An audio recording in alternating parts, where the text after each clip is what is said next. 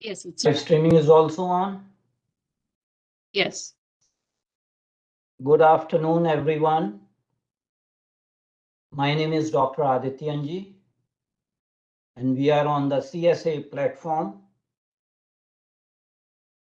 having our interview feature, Strategically Speaking with Dr. Adityanjee. Today is Thursday, October 26th, 2023, and it is 4 p.m. Eastern Time. Our guest today is Terry Milewski. Those of you know Terry.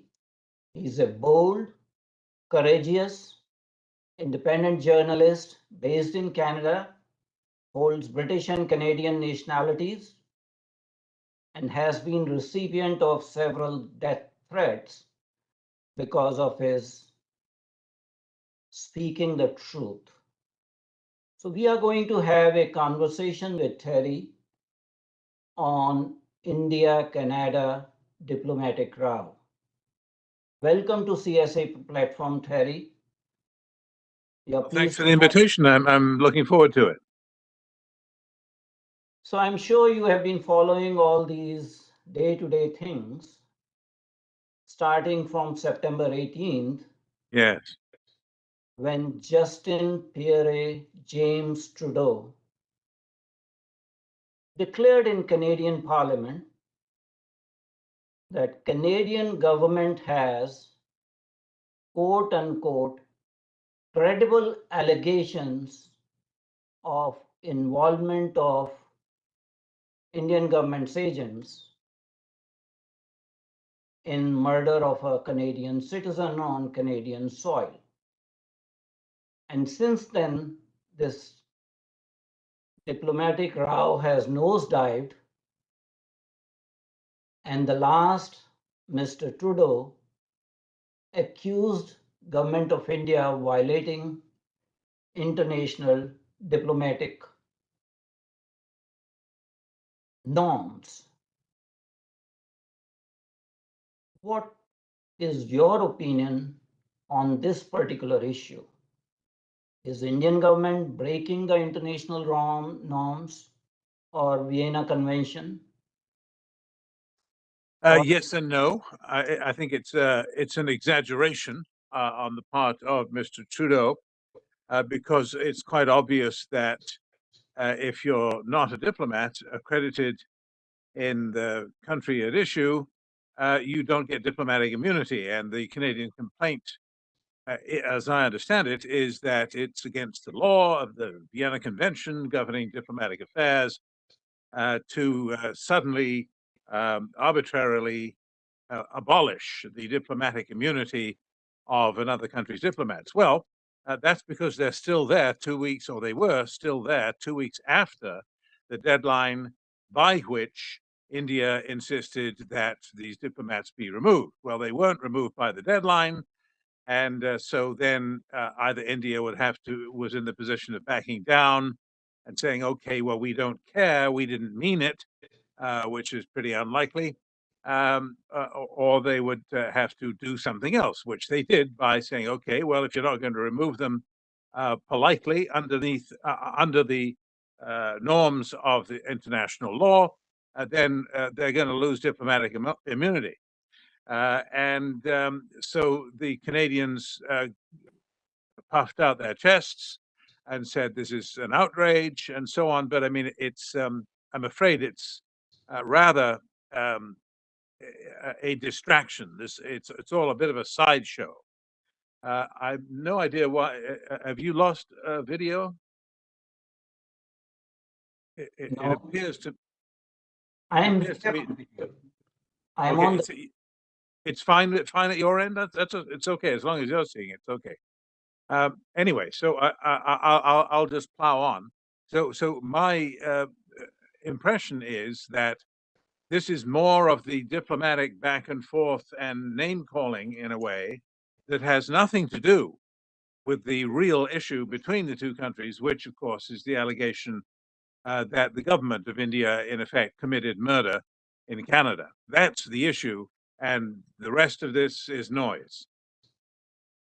So, joining the issue, the Canadian Foreign Minister, Melanie Joly, also accused India of breaking diplomatic norms. And she also cited the Vienna Convention on Diplomatic Relations. She said that India had threatened to unilaterally revoke the diplomats' official status unless they left. And she said further, quote unquote, given the implications of India's actions on safety of our diplomat, we have facilitated their safe departure from India. Quote unquote, if we allow the norms of diplomatic immunity to be broken, no diplomats anywhere on the planet would be safe. So for this reason, we will not reciprocate. So the bottom line is that both the Prime Minister of Canada and the Foreign Minister of Canada, who should have been much more circumspect, accused government of India breaking the Vienna Convention on Diplomatic Relations. And you just stated, Terry, that yes and no. Are they justified in making this assertion at all? Because Well, India did not revoke their diplomatic immunity. well, it's India was playing hardball, and Canada is miffed. I think both sides have occasion to be miffed. And as I say, it's beside the point in a way. It's more of a symptom of the terrible relations that now prevail between the two countries than it is a cause. It's a result of you accuse somebody of murder, you're not going to get along very well. That's the issue here, and I think that a different lawyer, our lawyers in Canada, could make a very good case that yes, yes, yes, the Prime Minister and the Foreign Minister are absolutely right. This is a shameful violation of the Vienna Convention. You can't do that. And an Indian lawyer could very well argue that, oh yes, we can. We just did. And what are you going to do about it? The answer is we can't do anything about it because there is no court where you go and say, uh, "Look, I've been wronged," and boo-hoo. It doesn't work that way. Both countries regard themselves as civilized democracies and regard the other party in this matter as the wrongdoer. But as I say, uh, I'm not an international lawyer, and I don't care to spend much time arbitrating who's right and who's wrong on this fine point of international law on diplomacy. The real issue, as I say, is the allegation of murder. So Terry, coming back to the international law, there is Vienna Convention on Diplomatic Relations, that is an internationally negotiated treaty in 1961, and I have Article 11 of VCDR, which says, quote unquote, in the absence of specific agreement as to the size of the mission, the receiving state may require that the size of a mission be kept within limits considered by it to be reasonable and normal, having regard to circumstances and conditions in the receiving state and to needs of the particular mission.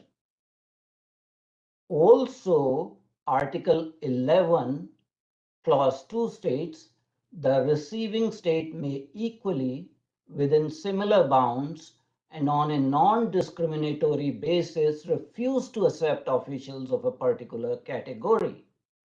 So if you look at the Vienna Convention, the receiving state reserves the right to keep the size of a foreign mission within reasonable limits, and that is what government of India did, because India has only 21 diplomats in Canada and Canada had 62 diplomats.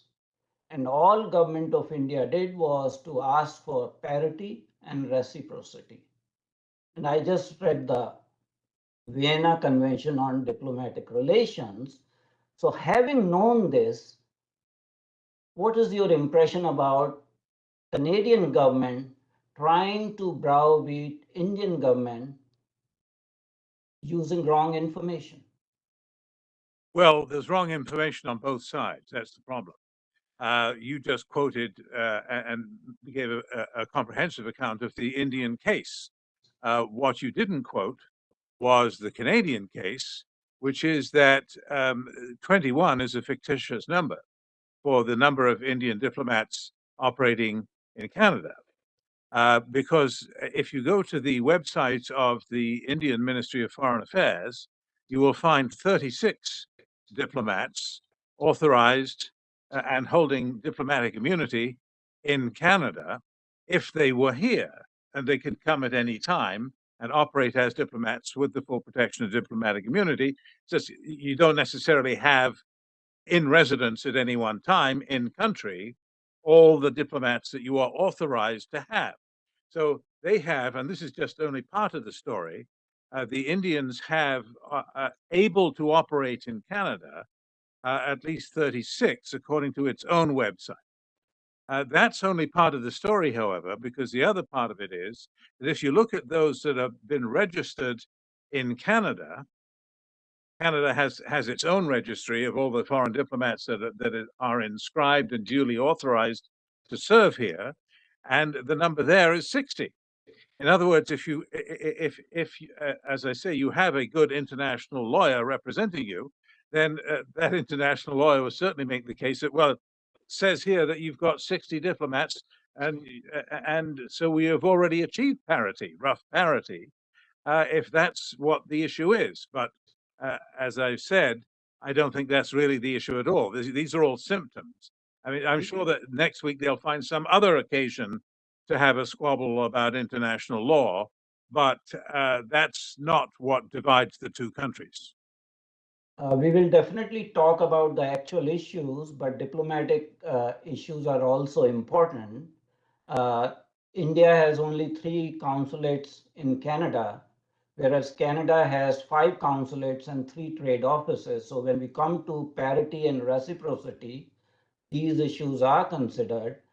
At this point in time, Government of India actually accused Canadian diplomats of interfering in India's internal affairs, domestic politics. So I still go to Vienna Convention, Article 41, Clause 1. It reads, without prejudice to their privileges and immunities, it is the duty of all persons enjoying such privileges and immunities to respect the law and regulations of the receiving state. They also have a duty not to interfere in the internal affairs of that state. So Indian government's case is that Canadian diplomats were unduly interfering in the state politics of a particular state. And that's why it wanted parity and reduction in the size. And they are duly within the international law to do so. Indeed, although I must say that I'm only aware of 4 Canadian consulates in India, not counting the High Commission, which of course does consular work as well. So that could be the 5th, but Yes, I know about Kolkata, Bengaluru, Mumbai, and Chandigarh. So we have 4. And the reason for the discrepancy that I pointed out a moment ago in the numbers between Canada's version of the Indian numbers and India's version of the Indian numbers is in part because the Indians weren't counting their 2 consulates in Vancouver and Toronto. So, I mean, so both sides are playing games with numbers, and it's rather unseemly, and it's not very dignified on either part. As for the question of foreign interference, this is an area which is fraught with, well, if you don't like what they're doing, you call it foreign interference. If they're interfering in a way in which the host government likes, say you're supporting a policy of the host government, they're only too happy to have you interfere. This is just, these are simply words that we apply when we don't like what you're doing. We call it foreign interference. Dr. Jaishankar, when he made his comments about Canadian alleged foreign interference in India, gave no specifics. He said that it may come out in the days and weeks ahead. I'll be interested to see that because it's not clear to me what he might be referring to, and he hasn't made it clear to anyone. Okay, you made your point. Finally, on the same issue, there's the domestic law of India of 1972. And this is Diplomatic Relations Act of India, 1972. Section 4 empowers the government of India to restrict the size and mission, immunity, and privileges of foreign diplomats belonging to any country. That's the sovereign right of government of India. So the point Indian government is making that we are within the purview of our domestic law, and we are also within the purview of the Vienna Convention on Diplomatic Relations. And indeed, there was need for parity. We did not declare these diplomats as persona non grata, PNG status, but it might have led to that kind of situation if the diplomats were not withdrawn. So I think Indian government is saying that the ball was in court of Toronto, and finally Toronto blinked. You know, they had temporarily removed these diplomats to Singapore and Malaysia, and then finally evacuated them. But let me come to the domestic politics of Canada, and I'm going to quote a gentleman.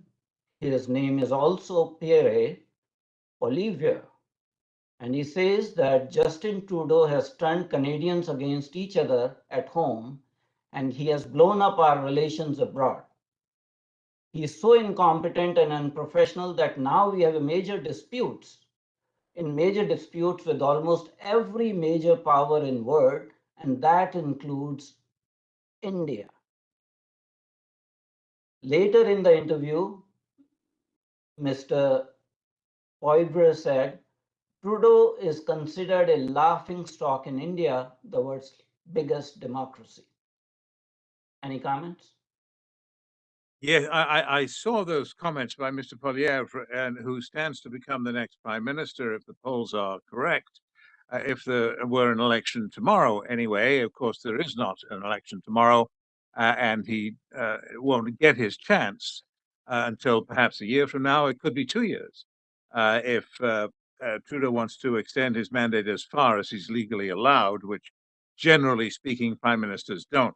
It backs you into a corner. He'd probably rather go to the polls a year or so from now.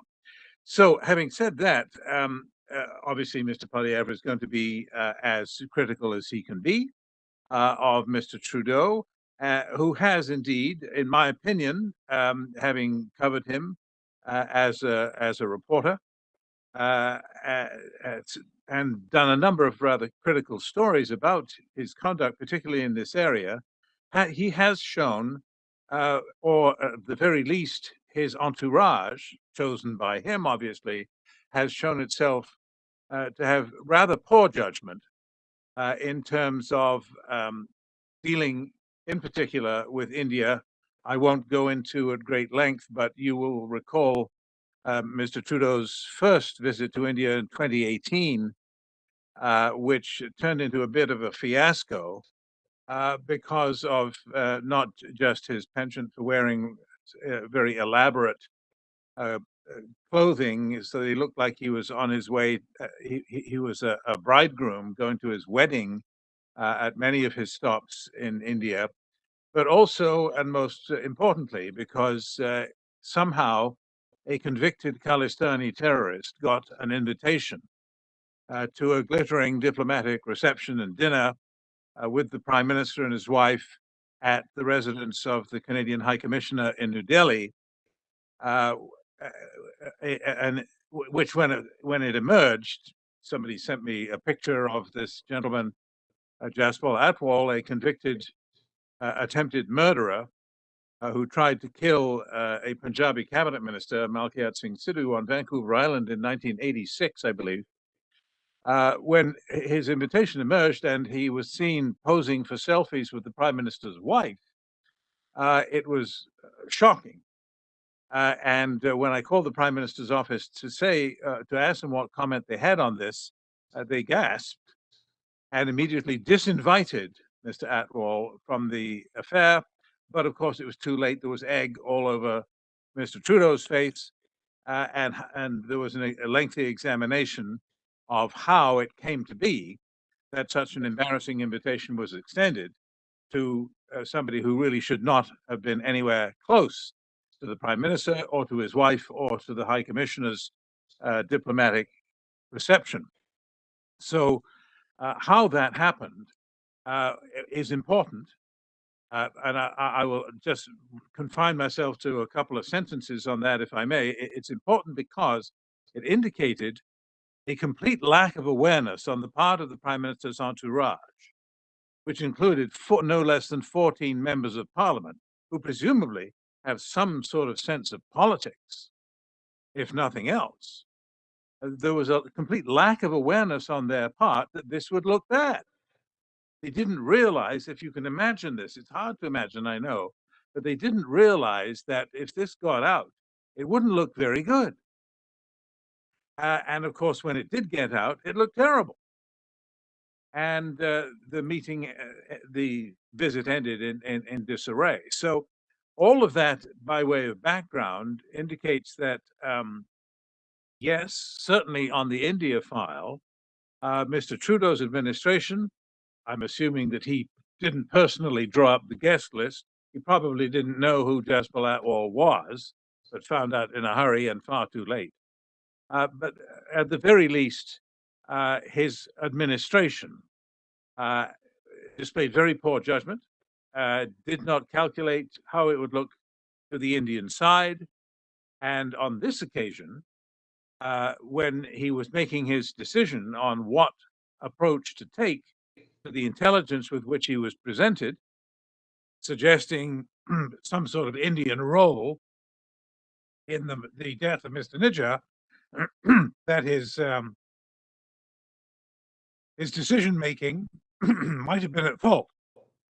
But we don't know enough yet about the background to that decision, because there were previous meetings at the official level, and the Indians have been very critical about the failure of the Canadians to approach them privately instead of having the Prime Minister do this very public denunciation of the Indian government on the floor of the House of Commons. So there's more to be learned about that. I'm happy to comment further if you like. But there's reason to doubt his judgment, let me put it that way. Okay. Again, coming back to that House of Commons declaration, September 18th, that we have credible allegations. Today is October 26th. It's more than 5 weeks. Where is the evidence if you have the evidence? That is number one question. Well, that's you're asking the right question.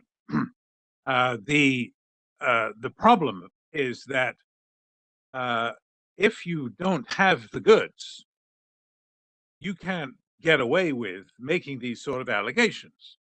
And at first, everyone assumed, I was one of them, that despite what I've said, which which I grant you illustrates that I have a pretty low opinion of the government's judgment on these matters, despite all of that,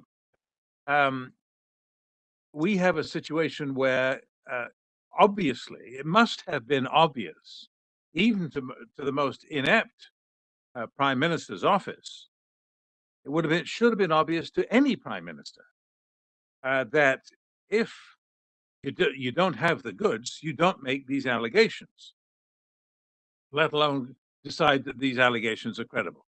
Now, there are many arguments that I've heard, perhaps you've heard them too, to the effect that we don't want to prejudice the investigation.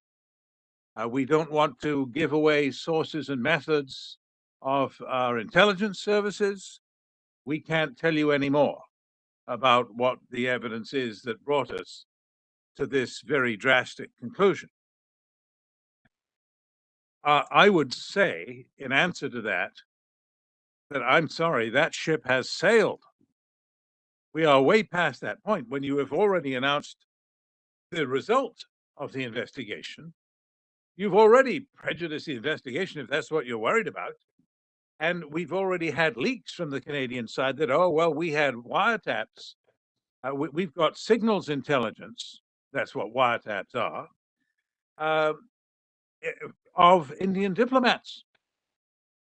And of course, those diplomats won't be surprised at all to learn that they've been wiretapped by the so-called Five Eyes, the Anglosphere of the UK and the US and Canada, Australia, New Zealand.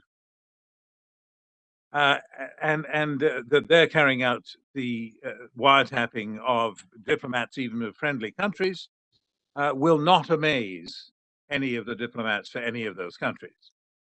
So we have a situation where, by the Canadian account, and I'm speaking now of the realm of leaks, non-attributable statements by Canadian officials, saying that they did approach the Indians at the official level, quietly and diplomatically, before the G20 and the famous frosty meeting between Mr. Modi and Mr. Trudeau in New Delhi, that they approached their Indian counterparts diplomatically and without making accusations, simply saying, look, we'd like your help with this investigation because we have information suggesting that somebody with something to do with the Indian government had something to do with this murder.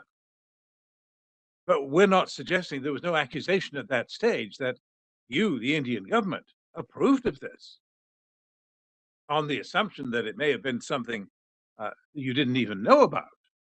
We'd like your help with the investigation. And by the Canadian account, they got no cooperation. They got no denial. Nobody said, no, no, no, that's not true. That's their story. But they didn't get any help.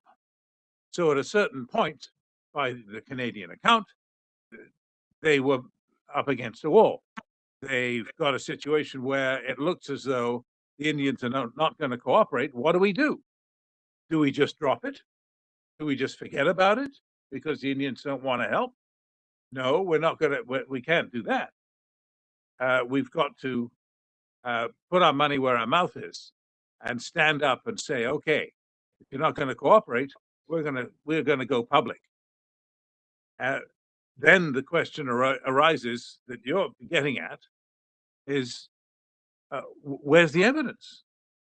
I mean, if you're going to make that decision that you're going to go public, you have got to be prepared to show the proof that will convince Canadians and Indians and the world at large that no, you're right in assuming that no prime minister would make such charges unless he had the goods, unless he had good evidence. And now we're all left hanging without that evidence, and we don't know what to think. We know that the Indians are badly annoyed, to put it mildly, but we also know one other factor, if you'll allow me to add one sentence to this. One other thing we know is that Prime Minister Modi knows a great deal about what the Canadian evidence is. They had that meeting in New Delhi, and I do not imagine, and I think no Indian would imagine, that Prime Minister Modi, of all men, would have sat there in that meeting with Trudeau like a potted plant and asked no questions at all. He would not have asked, well, what do you mean? What are you getting at? What's your evidence? Of course he asked that question.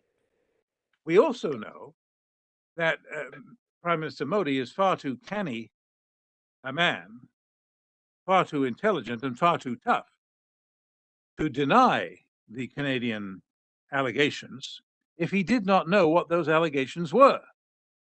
Obviously, that would have been putting his own head in a noose. If there's something he didn't know, how can he deny it? That would be risky indeed. But we also know that he hasn't made any such move to deny these allegations personally by saying, look, I know what Trudeau is getting at because I asked him, and I know that it's why he doesn't want to reveal his information. And the reason is that it's rubbish. and here's why it's rubbish. That is something that we have not seen Prime Minister Modi do.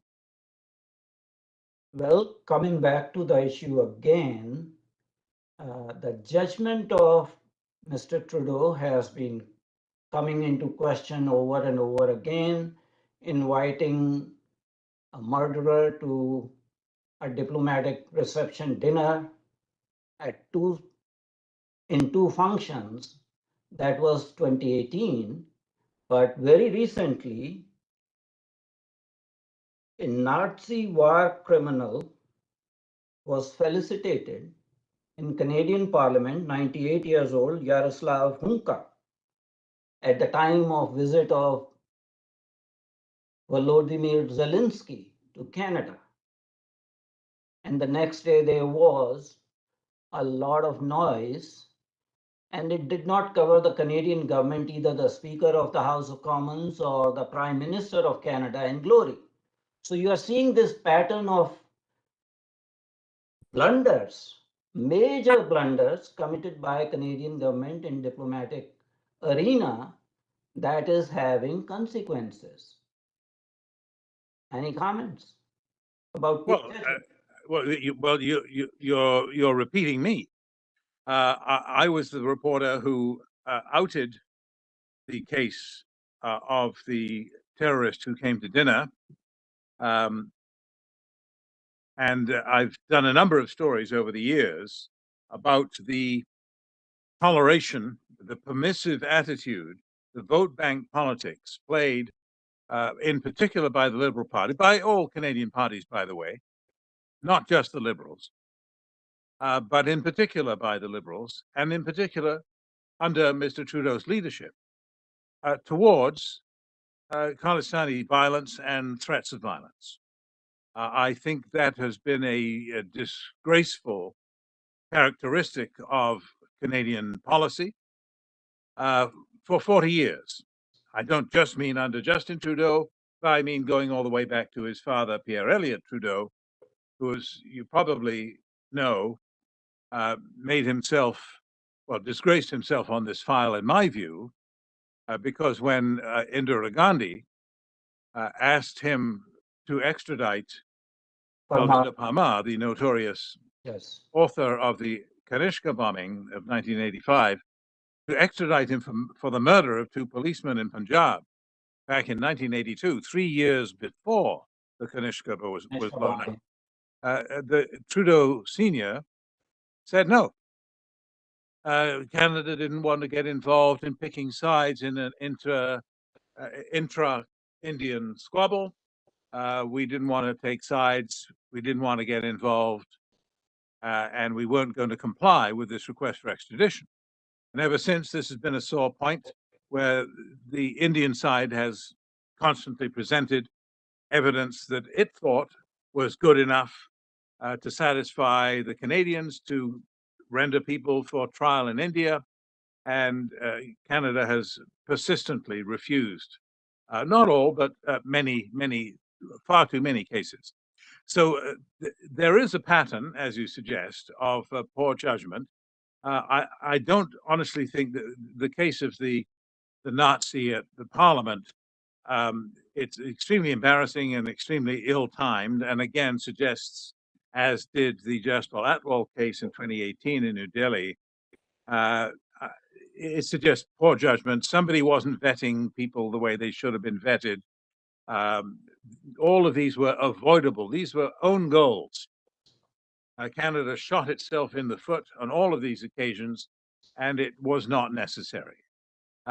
One can only hope that at the end of this current contretemps between the two countries, that there will be some changes on the Canadian side with respect to the ease with which they brush off Indian allegations of criminality on the part of certain Canadian citizens, people who have been allowed into the country, taken Canadian citizenship, and use Canada as a safe haven for plotting activities against India. And if you look at the history of Mr. Najjar, for example, you by all means pursue it if you wish, but I'll just say at this point that There was nothing in his life in Canada that suggested that he had any intention of dedicating himself to the welfare of Canada.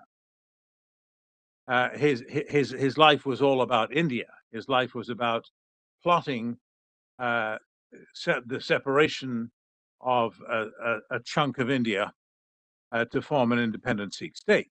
He was the number two in British Columbia to no less than Gopatwant Singh Panun, the head of Sikhs for Justice, which is organizing the referendum and which routinely threatens deadly violence against Indian diplomats, most recently by parading around with posters naming and shaming Indian diplomats, effectively painting targets on their backs over the recent case of the murder of Mr. Nijjar, claiming that these diplomats are guilty of murder, not just the Indian government generically in New Delhi, but these particular diplomats that we're showing their pictures. And by the way, we're offering rewards, cash rewards for information about their home addresses in case somebody wants to go get them. That's So the there situation. is the law and That's what I order mean. Yeah. machinery and justice system in Canada when somebody is openly exhorting for murder of a diplomat. What kind of security Canadian government is providing to Indian diplomats when the Indian High Commission is attacked, Indian diplomats are targeted, and even if you had, let's say, in a hypothetical situation that you had SIGINT, that you recorded the conversation of two diplomats, that in itself is surveillance of the diplomat is against the international law. Well, it's not pretty, but believe me, it happens, and believe me, your guys do it too. If you don't believe that, I think you're not paying attention. Well, you've been caught by admitting openly that we did it. Coming again to the issue of credible allegations, you say allegations. Allegations by whom? Somebody has to make the allegations. And credible for whom? Somebody has to assess and Yes. make sure that this is really credible. But what Canadian side has done is to do serial leaks, leaking through New York Times that it was Five Eyes intelligence. Now, Five Eyes intelligence, if I may remind Mr. Trudeau or his party or Canadian diplomatic establishment,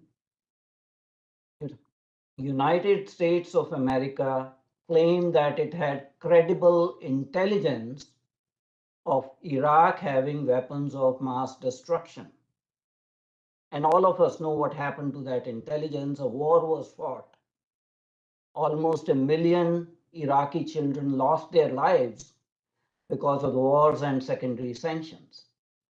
So the so-called intelligence of Five Eye Alliance is not worth the paper it is.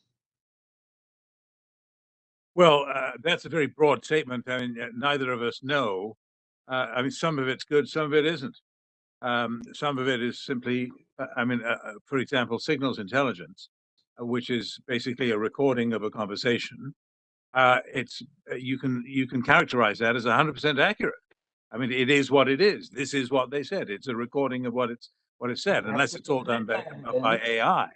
But it also needs to be assessed and interpreted, so that if somebody is recorded on a phone call saying, we got that guy, that's good. Does that mean that they are a player on the field involved in the murder of Mr. Nijjar?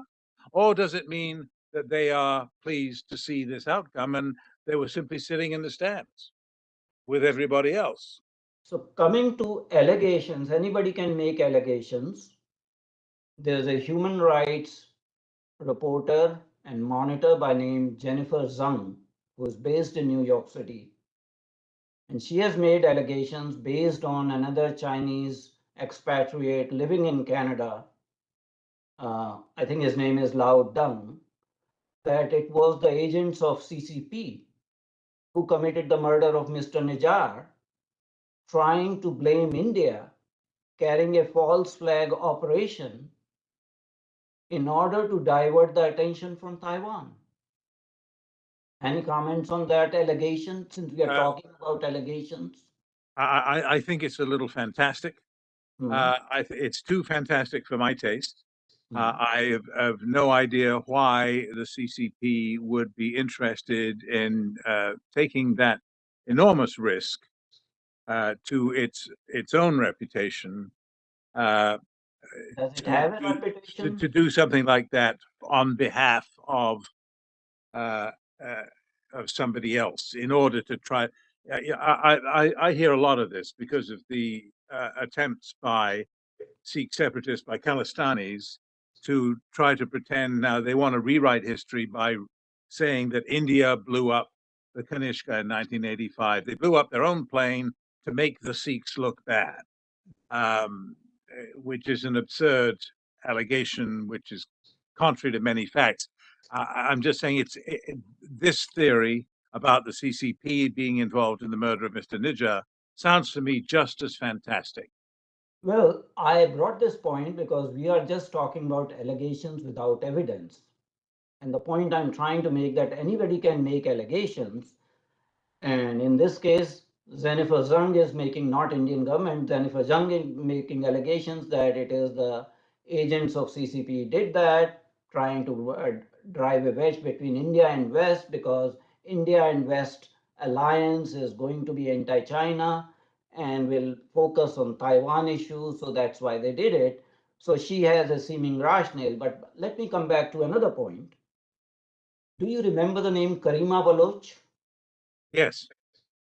Karima Baloch was murdered in 2020. Her husband has come out again and he has insisted that Canadian government take it very seriously because there are allegations that ISI was involved in a murder. And there have been similar murders of Baloch activists wherever they are, whether they are in Canada or in Sweden. There was no reason for Karima Baloch to commit suicide by drowning herself in a lake. And if I may quote Michael Rubin, a former Pentagon official and a distinguished scholar at American Enterprise Institute, he has come out openly and asked the Canadian government to investigate this properly and not hush it under the carpet. So, in one case, Mr. Trudeau becomes so impatient and impulsive that he uses the floor of Parliament to make allegations without substance, without any evidence. And yet, in another case, murder of a Baloch activist, a human rights activist who had actually status of asylum in nation of Canada, murdered by ISI agents, and Canadian government is shoving it under the carpet. Do you see the contrast between the two? Yes, I certainly do. Although you're drawing a conclusion there which isn't yet warranted by the facts, and that is the conclusion that the Prime Minister made his allegations about Mr. Nijjar without evidence. We don't have the evidence. He says he does, and at the moment we don't know what evidence he had. It may be we can't close our eyes to the possibility that there may indeed be such evidence. The problem is that we don't know where it is or what it is, and without it, we can't back him up. We can't believe him unless we see the evidence. So he has refused to release any evidence to any party. So he is the juror. Well, that no. Again, that's not correct. You're saying as a fact that he has refused to release any evidence to any party. Well, that's not what the Canadians say. They say you can believe them or you cannot, but you can't draw a conclusion unless you have special knowledge that I don't think either of us have. You can say that he didn't give it to the Indians. The Canadians say they did. Well, that is debatable because if the evidence is presented government to government in a formal manner, This is the problem with Melanie Jolie also. She kept on saying in her interviews, we have credible allegations, but does not want to share the evidence. Yes, I think it's a Your problem. I word mean, is not yeah, law. You have to share yeah, the yeah, evidence if you have the evidence. yeah. Well, but we don't have an argument about that, Yeah. you and I. What I'm Uh, arguing with is you can't say as a fact that they did not give the evidence to the Indian government. We don't know whether they did or not. They say that they did. Terry, what is your comment on Karima Baloch issue? I quoted Michael Rubin. I quoted Karima Baloch's husband. And I am telling you that even Amnesty International has come out and given a statement that Karima Baloch's unnatural death needs to be reinvestigated again in light of the serious allegations and similar acts happening to Baloch activists We agree outside about it. Yeah, Pakistan. we agree about that. We agree about that. So again, there's a contrast in the behavior of Canadian government. This is 3 years since Karima Baloch was murdered. And yet the Canadian Royal Mounted Police still maintains that there was nothing, unnatural about that murder. It was a suicide case or something like that. Well, it certainly looks suspicious to me and to you, and it should be properly investigated. And if the point you're making is the contrast with the energy with which the government has pursued the Niger matter, I think that they would say, I'm guessing, that it's different because they have some evidence that persuades them that they think it's credible that the Indian government, as such, was involved in the murder, whereas they don't have such evidence in the case of Karima Baloch. They have not stated that. They have just said that we are not going to do it again. We are not going to reinvestigate it again. That is what the Well, police. I think the RCMP have said that.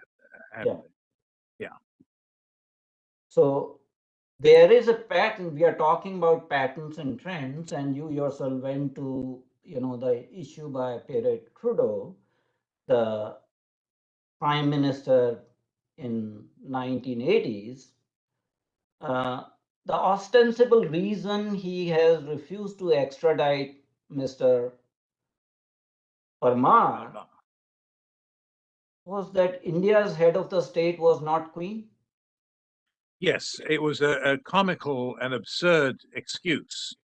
Uh, and in a nutshell, and you'll say it sounds crazy, and I would agree with you, was that because India, under the Commonwealth arrangement, remained after partition and independence, remained a member of the Commonwealth. But unlike other members of the Commonwealth, did not accept the Queen as head of state. And the Canadian argument, such as it was, I think it was an extremely feeble argument, was that because India did not accept the Queen as head of state, therefore the Commonwealth extradition treaty did not apply to India. I have yet to meet somebody who understands the argument. I certainly don't. I don't think it makes any sense at all. I think it was just an excuse because at the time, India's standing was not what it is today. India's political clout in the world was not what it is today. India's alliance with the Soviet Union was then was not history as it is today. And Canada just simply didn't want to get involved in Indian problems.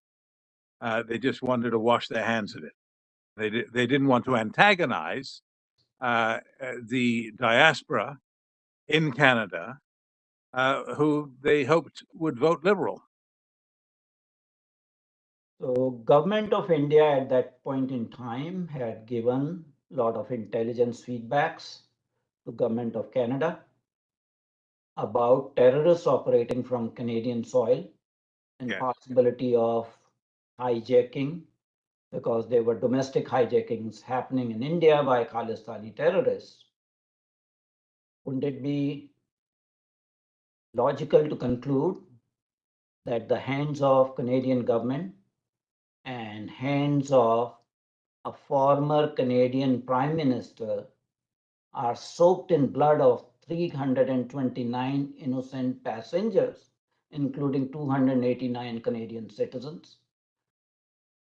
I would say that's going too far. Not you'll see if you're interested in this distinction.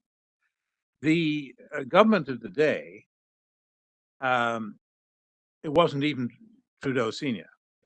When Air India was blown up, the Prime Minister was a conservative, Brian Mulroney, and Canadian policy on these matters didn't change a bit. This was a policy that was handled at lower levels. It was not considered a priority by the Canadian government. Relations with India were not considered a priority by the Canadian government. Relations were cool. There was a nuclear question, which wasn't really set aside until 2010, if it comes to that. But if you want to say that the Canadian government as such, and I don't mean prime ministers, but I mean the officials who should have been awake to the threat against Air India, then I would agree with you and have worked extensively on that very problem for at least 20 years. I went to cover the Kanishka bombing when it went down in the Atlantic off the coast of Ireland in June of 1985. And I kept with that story ever since. So we're talking about 40 years. And the failure of the Canadian state was twofold. First, by its failure to prevent the bombing, even though it had the suspects under surveillance for months beforehand. It still didn't figure out what was going on. Didn't get the wiretaps translated, and then erased them. There was a big pile of, it was just all too much for them. And then the second failure was the failure to give the victims' families some due measure of justice after the bombing. Those are two, I think, catastrophic failures, but I would not translate that to mean that either the senior Mr. Trudeau or Mr. Mulroney or any of the other prime ministers that governed during those 40 years had blood on their hands. Canada just simply wasn't ready for prime time.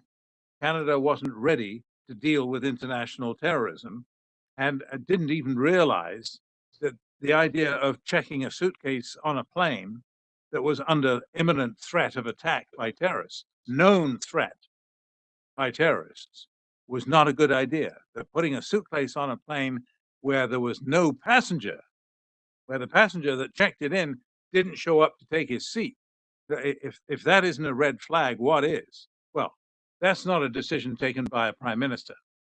That's a decision taken by overworked, underpaid, inattentive, incompetent police, transport officials, airport officials, security men. There's blame enough to go around.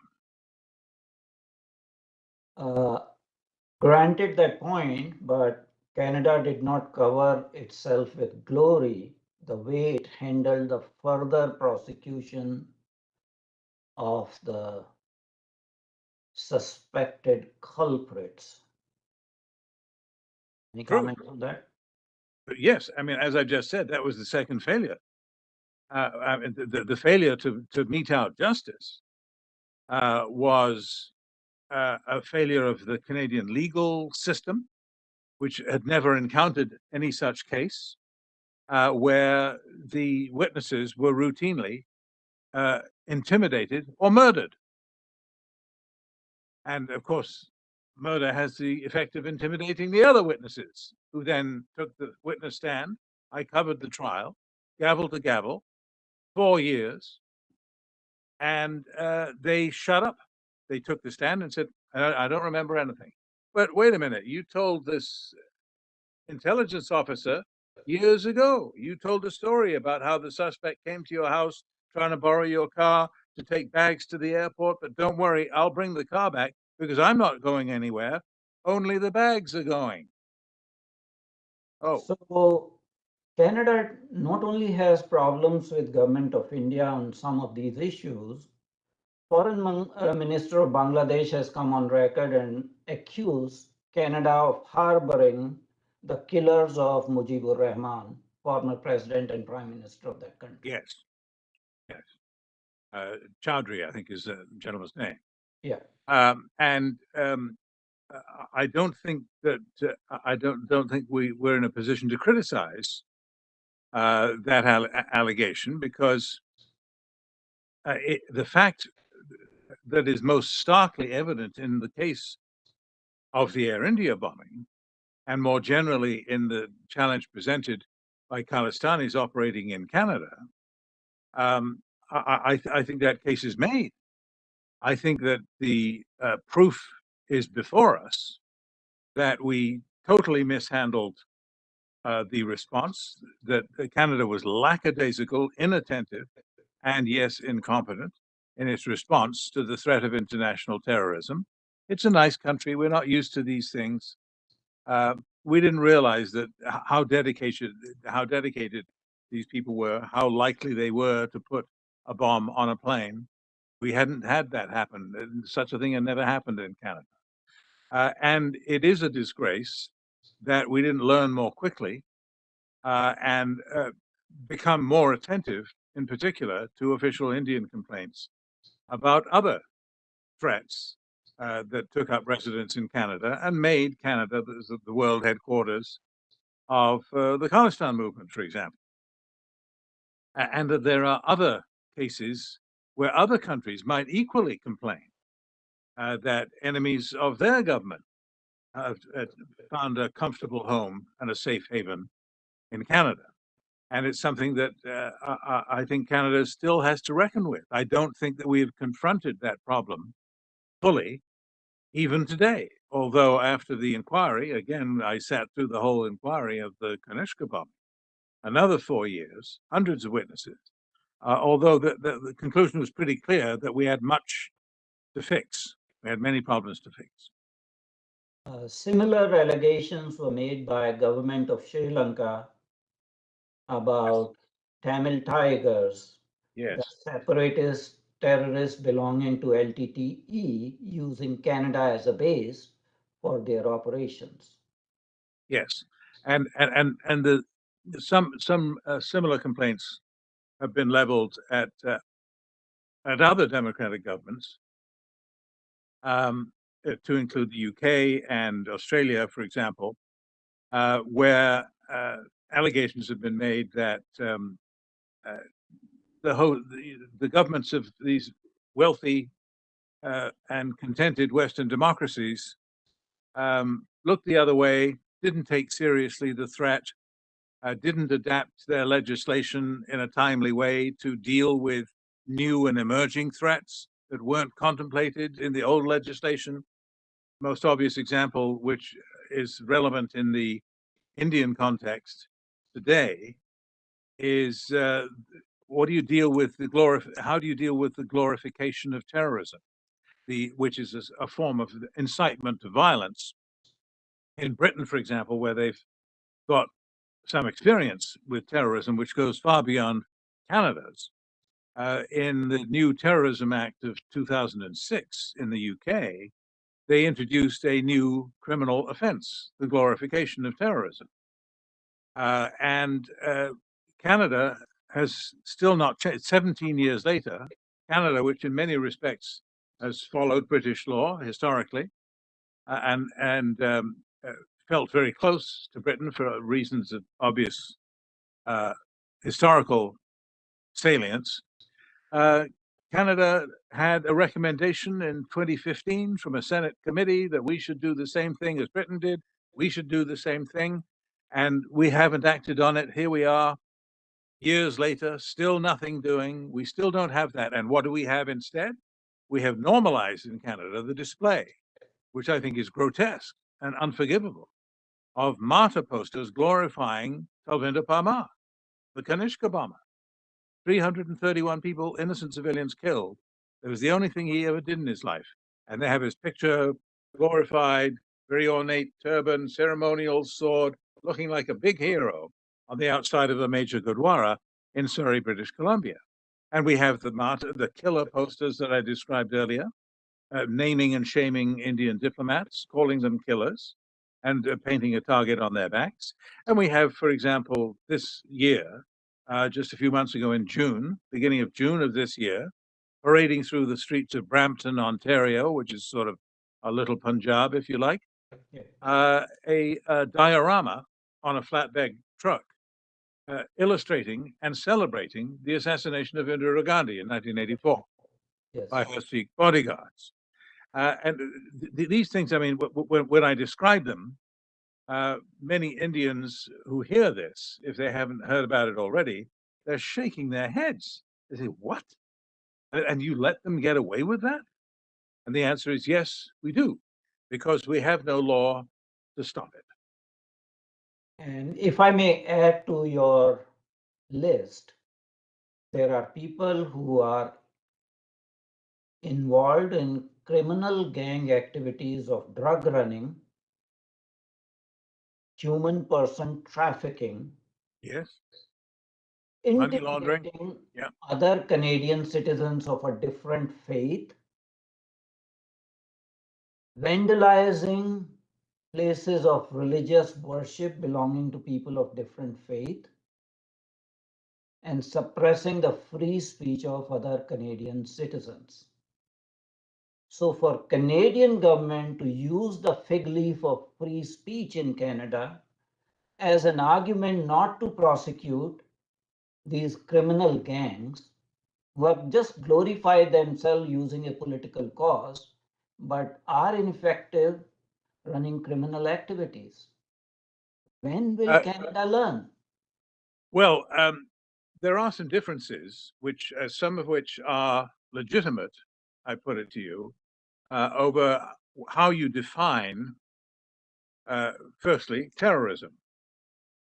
You can fly a flag in India and shout Khalistan Zindabad in India and be considered a terrorist without actually doing anything that we would call in Canada actual terrorism, actual violence. Actually, you are wrong. Indian Supreme Court has visited this issue and has laid down very, very strict guidelines. What can be terrorism, what can be sedition, what can be treason. But things And are not sedition, so flippant as you are portraying it. well, sedition can be defined as secessionist activities, and let's just agree that the definition is not precisely the same in the two countries, and Canada certainly takes a broader view of what is free speech and what is not, and also takes a different view on how terrorism is to be defined. For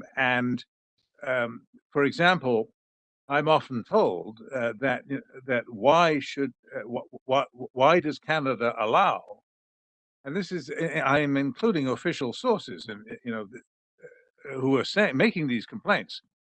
Why does Canada allow this referendum to go on? For example, referendum voting was held during the G20 summit, and the Indian side at the summit is saying, here we are. Canada is on this very day allowing a vote on secession, the so-called referendum, to take place in Surrey, British Columbia.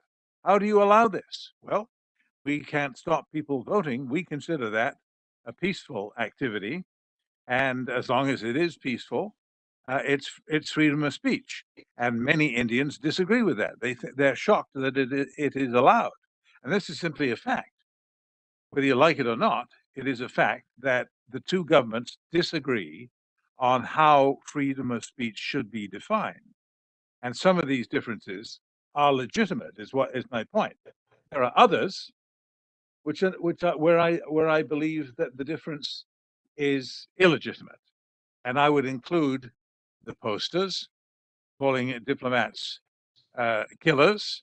The advertising of cash rewards, $10,000 if you say if you give us the home address so that we can make that public in case some kid with a knife or a gun wants to take action against them. That should certainly be ruled out. Of course it should, but it isn't. So we've made some mistakes and we've got some changes that we need to make in Canada. And I would include also the glorification of martyrs like Govinda Parmar, teaching children that this guy is a hero.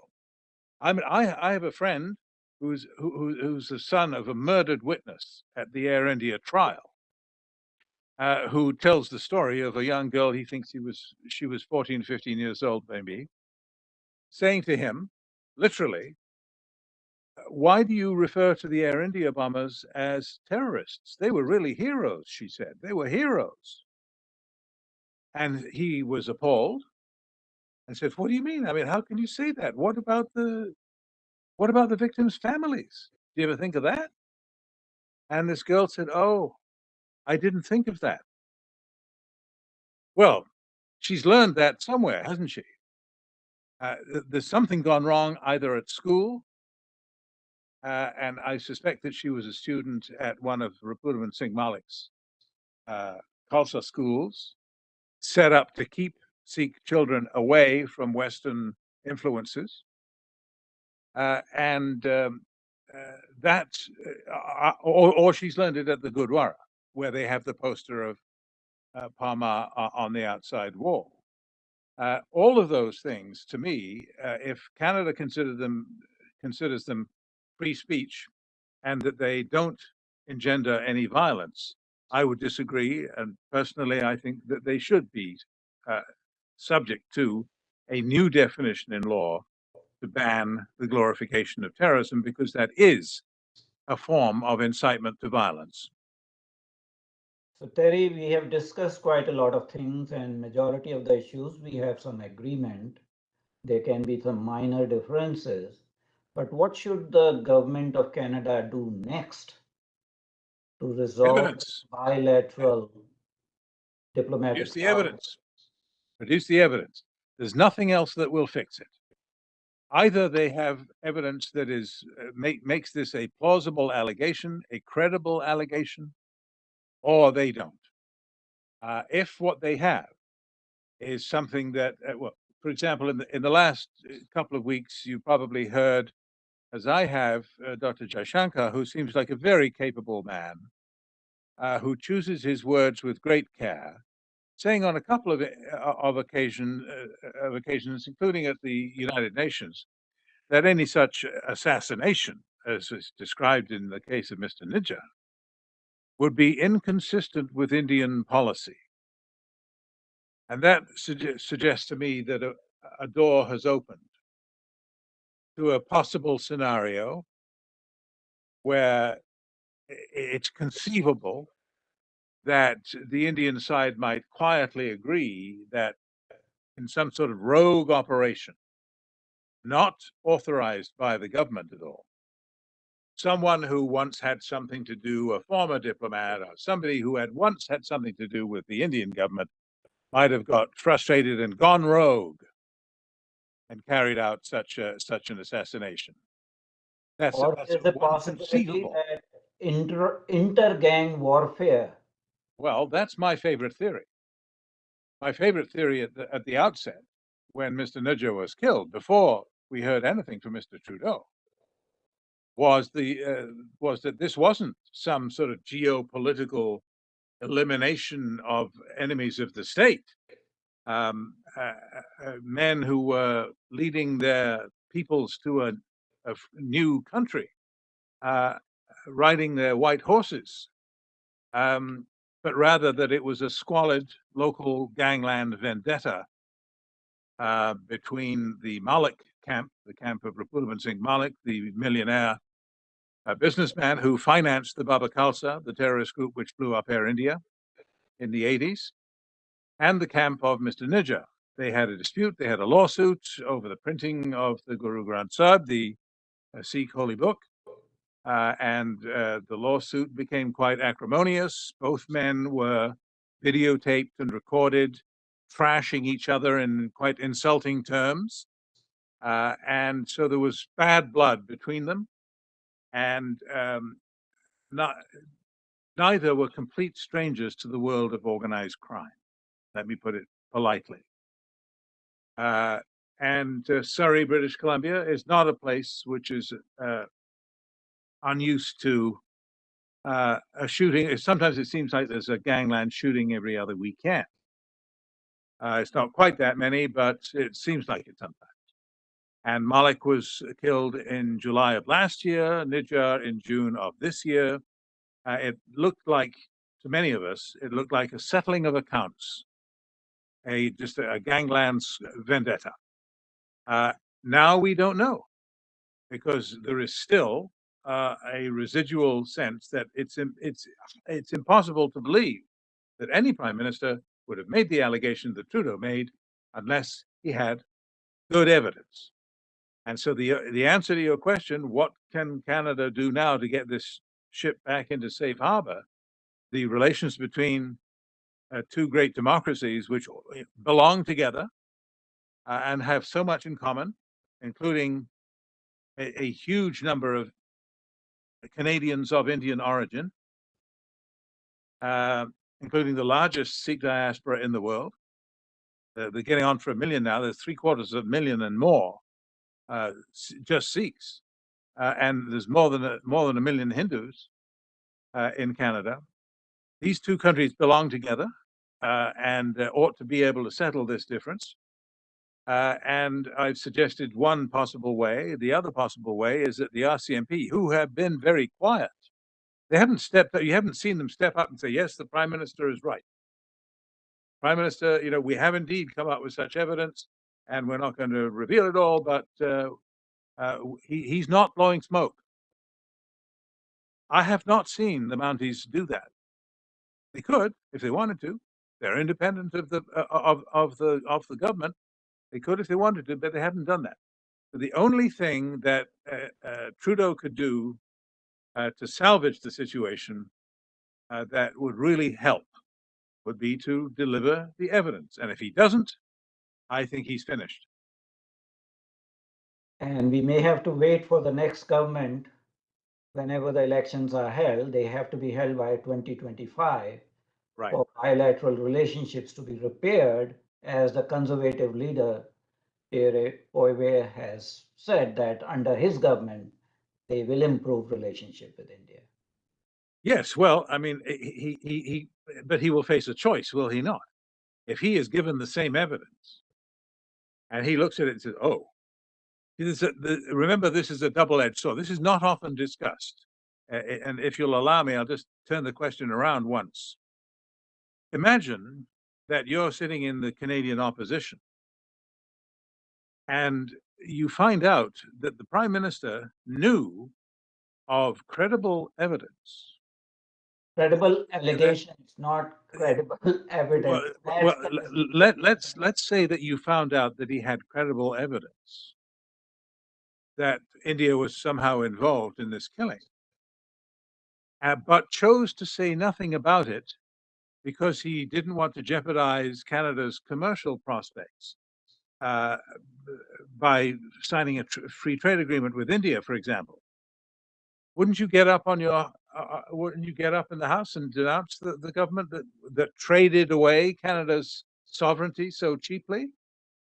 So the problem with Mr. Trudeau is that there has not been just one error of judgment. There have been serial errors of judgments over years during his prime ministership, during his now third term.